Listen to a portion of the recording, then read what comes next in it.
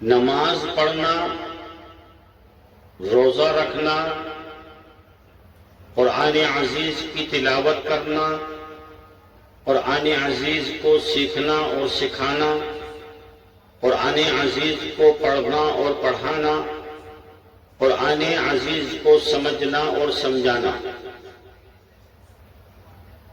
روزہ رکھنا، اللہ کا ذکر کرنا،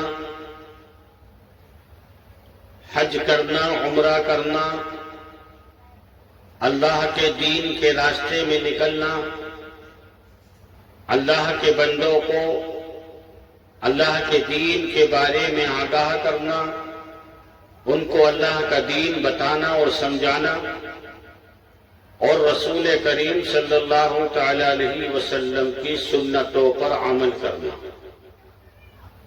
صحابہ رضوان اللہ تعالی علیہ مجمعین جیسی محنت کرنا، یہ تمام چیزیں عبادت میں آتی ہیں۔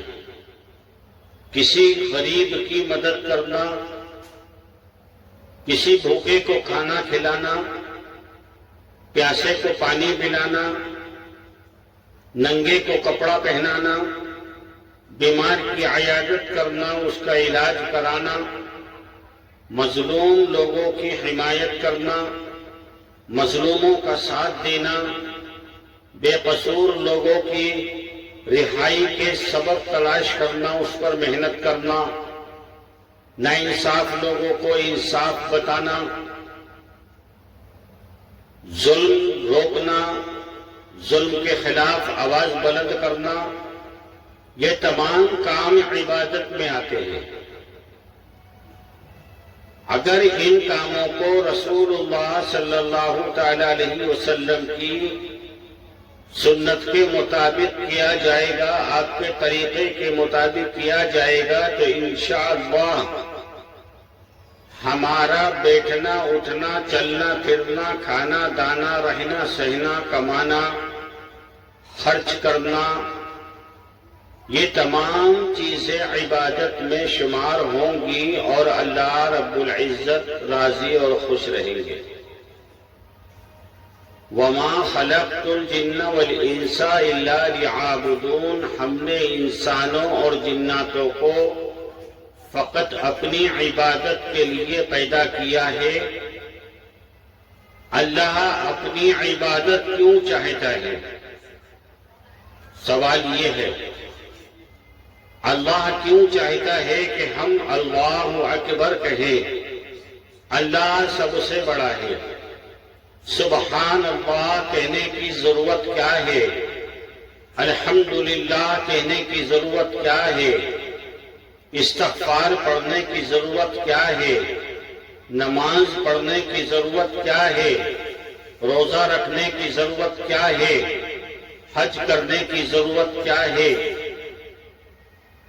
زبانی عبادت ہو یا جسمانی ہو یا مالی ہو، ان تمام چیزوں کی ضرورت ہے کیوں؟ نمبر ایک، اسلام کا حق ادا کرنا، یعنی اسلام کا ایک مشن ہے، اس مشن کو انجام تک پہنچانا۔ دوسری چیز ہے اسلام کی ضرورت۔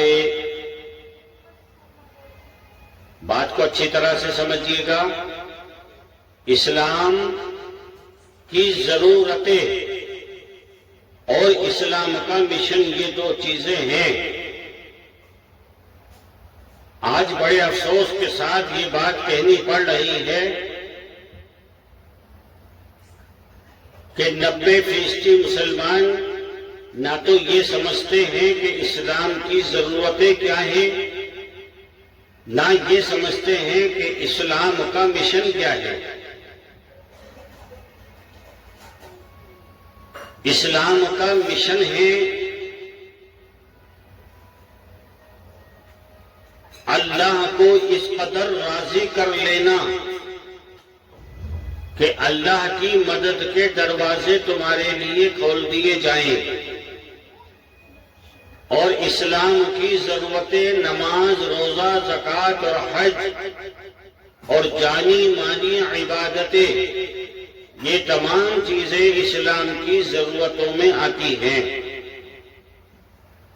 اگر اسلام کی ضرورتیں پوری نہیں ہوں گی تو اسلام مکمل نہیں ہوگا۔ اسلام کا مشن سمجھ میں نہیں آئے گا تو اسلام مکمل نہیں ہو سکتا۔